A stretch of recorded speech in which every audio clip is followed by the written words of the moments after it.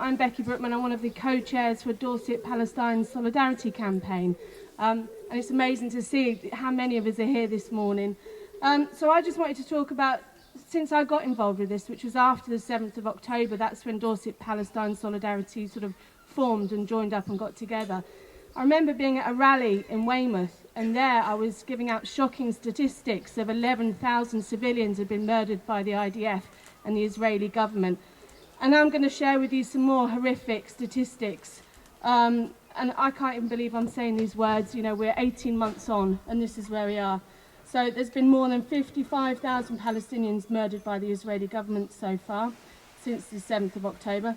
18,000 of them children, 12,400 are women, 3,528 are elderly citizens.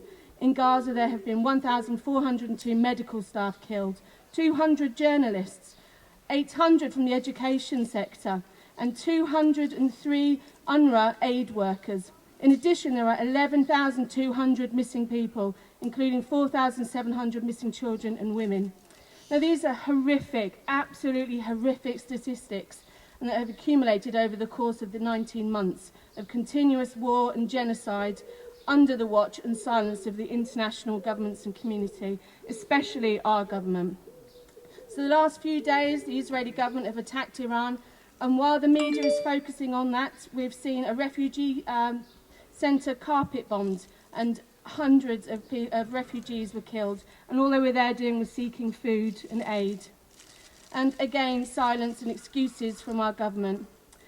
Yet we are seeing those that are standing against genocide being called terrorists. We saw that yesterday with Palestine Action. But Netanyahu, who has an arrest warrant out for war crimes and genocide, is being scapegoated and saying that Israel has to defend itself. It's absolutely disgusting. So we know this government will continue to turn a blind eye to genocide if they're not challenged. And that's why it's through activism and activism alone that we can force them to change and to call out it is what it is, which is genocide. Now, 500 million people marched for the Nakba demonstration a few weeks ago, and that resulted in a change from Keir Starmer. There was a statement brought out that changed their position. And the BDS movement, we've seen huge detrimental impact to those companies that are complicit in occupation of Palestinian land. We've seen demonstrations across arms factories last week, including Portsmouth, that again had hundreds of activists there demanding that we stop producing parts for the F-35 bombers that are so instrumental in murdering Palestinian civilians. And because of people pressure, councils across the UK are divesting their local government pension schemes from the arms trade. And in Dorset alone, I work for Dorset Council, and there's £173 million of our money invested in the arms trade. So there is actually a demonstration to the Pensions Committee on Tuesday, the 24th of June at lunchtime, demanding that Dorset Council look at divesting from the arms trade. And we've seen lots of local action. We're here today, we're spreading the word on what's really happening in Palestine and Gaza. And we also have, and I wanted to do a shout out, we've got our Palestinian cultural event at Borough Gardens in Dorchester on the 30th of August.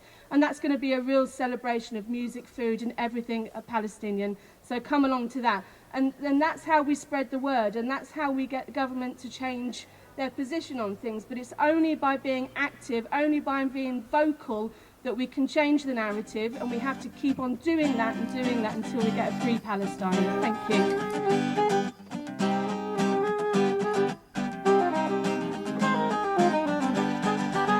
It's never too late to change your mind, to see what lies before you and beneath you and behind. It's never too late to realize that the people you called heroes were gangsters in disguise. It's never too late, it's never too late.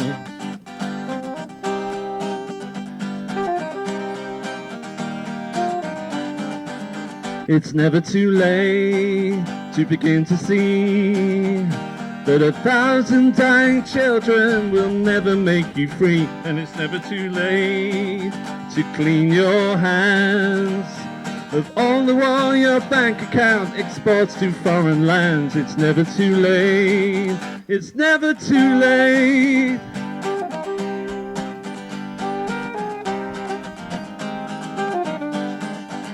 And it's never too late to find your voice, to find that throwing up your hands really is a choice. And it's never too late to lose your rag, to realize that murder can be hidden by a flag. And it's never too late. It's never too late.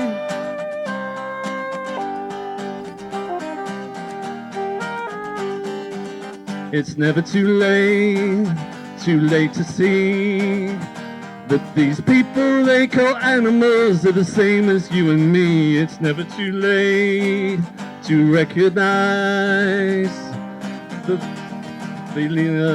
lengths that power will go to cover you with lies. And it's never too late. It's never too late.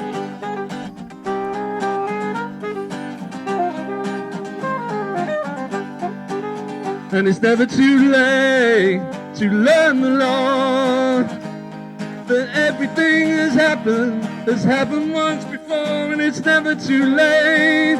Who can deny that the doctrine kill or die is a self-fulfilling lie? And it's never too late.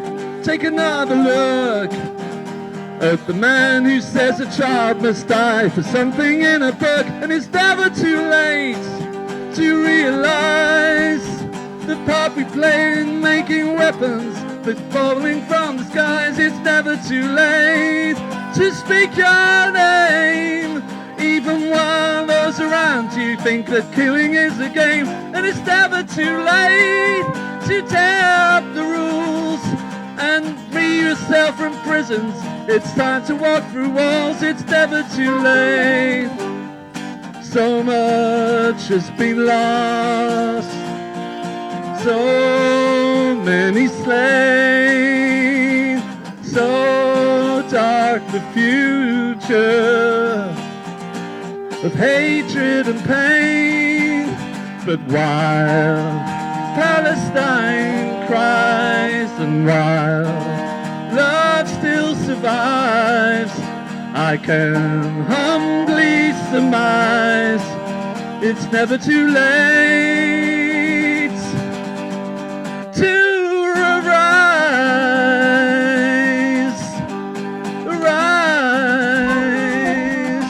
Free, free, Palestine. Free, free, Palestine.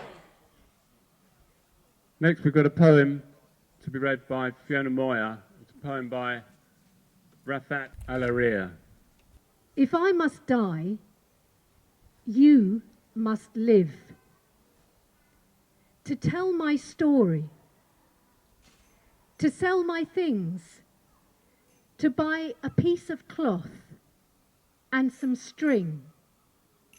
Make it white with a long tail, so that a child somewhere in Gaza, whilst looking heaven in the eye, awaiting his dad, who left in a blaze and bid no one farewell, not even to his flesh, not even to himself, sees the kite, my kite you made, flying up above, and thinks, for a moment an angel is there, bringing back love. If I must die, let it bring hope. Let it be a tale. A few weeks ago, many of our communities celebrated the anniversary of VE Day. I saw many of you in streets, windows and yours, your silhouetted soldiers with the words, "Yes, we forget," or "Never forget" underneath them. But when I see these, I think, what is the lesson? What are we meant to never forget? For me, the lesson of World War II was the horrors of war, the horrors of fascism, but in particular, the horrors that come when we treat groups of people as less than human. We're seeing this again today in Palestine, where thousands of men, women and children will be slaughtered by a regime that openly calls for their expulsion from their homelands, leads Palestinians to safe zones before bombing and shooting those who come, blocks all aid entering Gaza, putting the entire population at risk of famine, destroyed all their medical infrastructure, murders aid workers, has killed children, infants, entire families in their thousands. Yet we still have to explain these are human lives, they matter, they should not be killed. But I shouldn't need to explain this fast. I shouldn't need to list the extent of Israel's crimes against humanity. Becky earlier listed horrific statistics against them. We shouldn't need to keep listing these. This has been happening for over a year and a half. We can all see what's happening. The destruction, the death, the suffering. A genocide for atrocity after atrocity, hour after hour, live streamed for over a year and a half. It's obvious to anyone with any knowledge of the situations that this is a genocide, this is ethnic cleansing. But despite that, our government continues to support Israel. They may have spoken about condemnation towards them, but they're still sending Israel components for the jets used to bomb Gaza. We found out that since December 2023, the RAF has flown over 500 surveillance flights to Gaza. Rachel Reeves has recently stated that UK military assets could potentially be used to support Israel in their war with Iran. Just yesterday, we found out that Palestine Action is going to be maybe prescribed as a terrorist organisation. And the Ministry of Defence has even confirmed that it is training Israeli soldiers on UK soil. I think we're all here today because we understand what is meant by the phrase, never again. It applies to all people, wherever they are, whoever they are. And we demand our government hold Israel to account, that they seize all arms sales to Israel, recognise the genocide for what it is, and for Dorset Council and all councils to stop investing in companies supporting Israel. And we won't stop. So they may be trying to prescribe Palestine Action, but I'm sure they'll still keep going, and we'll keep going. We will continue to campaign, to boycott, to protest in Westminster, in our hometowns and villages. We will continue until the genocide stops, until the occupation is over, and the Palestinian people are free, from the river to the sea. From the river to the sea! Palestine will be free! From the river to the sea! So I'm working with Dorset Divestment, with Dorset PSC and the Palestinian Solidarity Movement in Bournemouth, and we are trying to get the local council to divest 173 million that they invest currently in companies complicit in Israel's war crimes and that benefit and profit from Israel's settlements. So placed from everywhere from Airbnbs to companies that that create chemical weapons. We've already started our campaign. We went to the council and we're going back to the pension committee on Tuesday to do another deposition. You've just seen this week Peterborough has been another council that's divest, so we really want to up the ante on this one. We've got leaflets if you want to hand it over to other people, and I'll be passing around a petition. So we've already got nearly 1,000 signatures, but we really want to keep this going. We don't want to give them an opportunity to say no to us. This is really important activism, and I think just to go on what Tia was saying earlier, you can become under massive despair under this and get completely lost in it. And I was watching this morning, Bill Clinton was on the Daily Show in America saying Palestinians are split up and that's why they can't have a state and they don't have any leaders. They do. Palestinians have leaders. They are united. They have resisted occupation and ethnic cleansing and genocide from the Ottoman Empire to the British Empire to now the American Israeli colonial regime. They have resisted, they have stood up together, shoulder to shoulder, and they will continue to resist. And it is not a matter of fact of if Palestine will be free, it is a matter of when, and that is what we are going to tell them. When they tell you that we are small and our voices are not being heard, that is what makes them scared the most. Theo held up that pebble earlier. We is humble. We don't brag, but we don't hide. But know this, that pebble is a rock slide. Because I'm sorry if our empathy and love troubles you. We're just a bunch of lefty SJWs. Good intentions litter the paths we pave, and our tears become a tidal wave. So we join hands and we march just like an army, and our tears become a tsunami.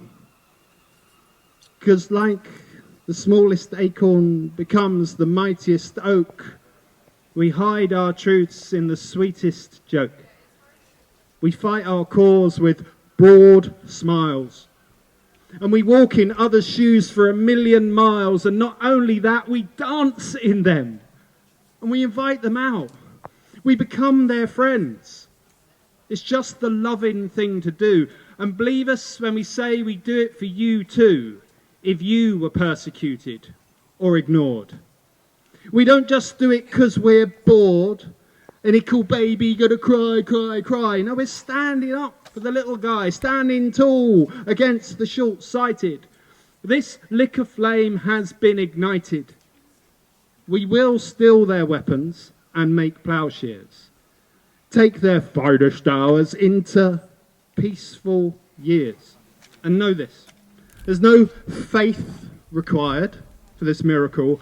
Just love yourselves and love each other. Because love is the great leveler, the disruptor and reckoner. Love creates turbulence, and we snowflakes are an avalanche.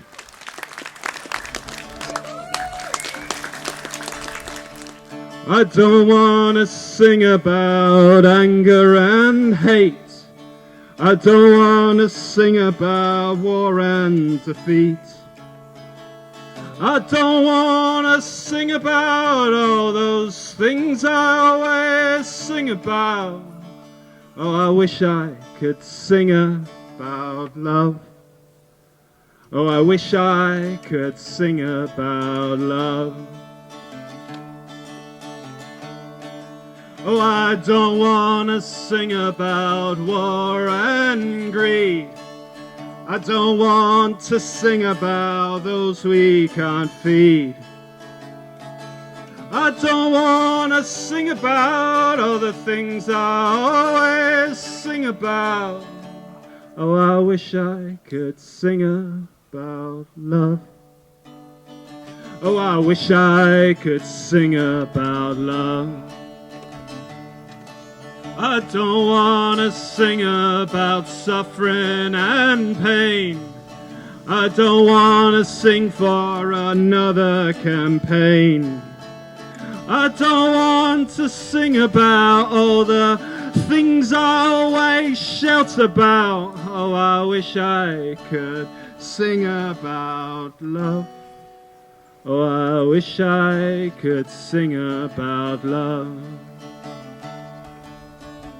I don't want to sing about rights and wrongs. I don't want to sing all the same old songs. But I'll sing them and sing them till there's no need to sing them. And then I can sing about love. And then I can sing about love.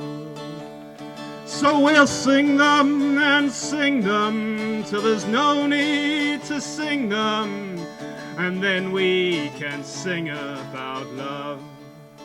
And then we can sing about love. Love is the answer when war is the question. Love is the great leveler. Love is the disruptor. Love is the reckoner. Keep the fire in the belly, the injustice in your mind, and love in your hearts. I'm proud to have David Lammy as my constituents MP, and we've been doing as much as we can to make life difficult for him. I'll explain a bit more about that soon. Yeah, actually, I'm a member of Haringey Justice for Palestinians, and we have existed for a very long time. But during the campaign that we've had in Tottenham, we've had numerous marches.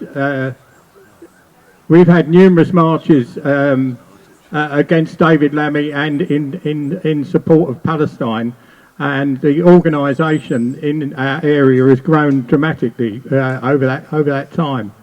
One of the fights that we're involved in is to get Haringey Council to divest from its investments, as we understand it, £39 million worth of investments in Israeli arms companies in various sorts of ways. And this is part of a national campaign being carried out by the Palestine Solidarity Campaign. So I just thought I should say we are doing what we can to make life difficult for David Lammy. I'm sure not enough, but what I could say is that he was first elected after our very popular local MP Bernie Grant died, and David Lammy got the job, and when he was elected, obviously he got a very big majority, and it has grown. In fact, it had grown over the years. But now, in the last election last year, we managed, a whole group managed to get 2,300 votes, but also with the other opposition to David Lammy, we reduced his majority by 12,000 votes. So we were absolutely delighted with that. And the plan is to do the same thing again next year when the local elections happen.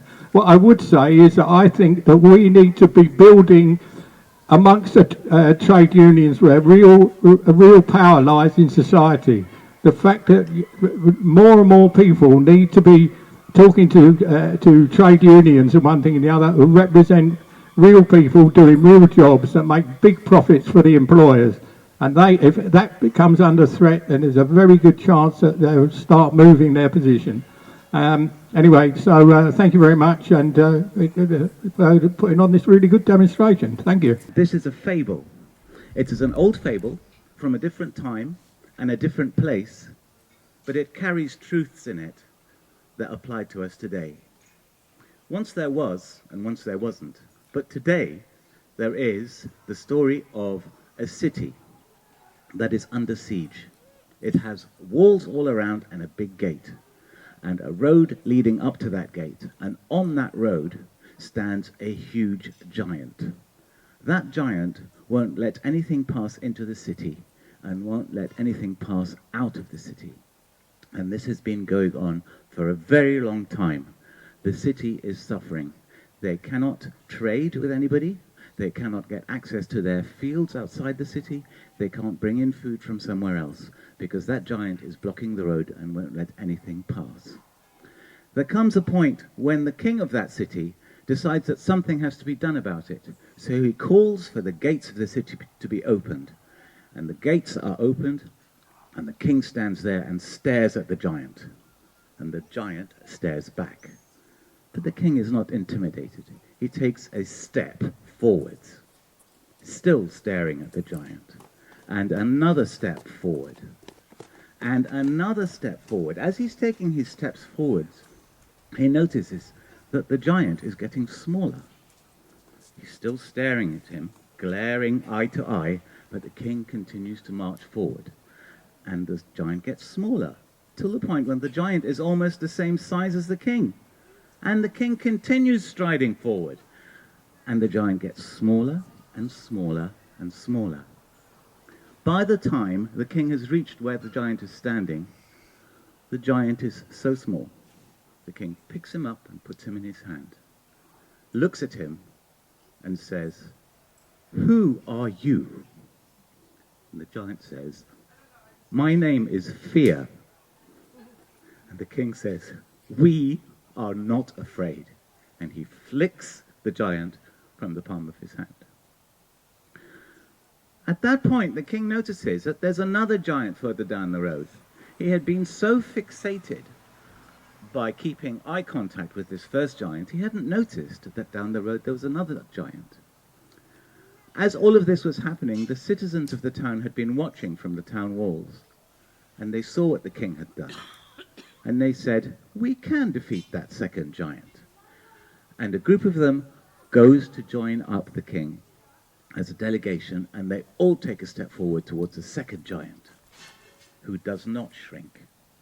And they take another step, and still that giant is the same big giant, until they are close enough to be able to speak to it. And the king asks, "Why are you here?" And the giant says, "I'm here to defend justice." And the king says, thousands of our people have been killed. And the giant shrinks. And the giant then says, I am here to protect peace. And the king says, millions of our people have lost their homes and their livelihoods. And the giant shrinks. I am here to tell the truth. And the king says, thousands of people do not believe what you say, and they want you gone. The giant says, I'm supposed to be here. And the king says, no, you are not. Every time the king speaks, the giant gets smaller and smaller. Then the king finally asks him, who are you? Why are you here, and what is your name? And the giant says, my name is Lies. And the king said, here we only tell the truth. And they brush the second giant away. And once the people had lost their fear of telling the truth, the road to their town was open, and they could go back to living like they used to.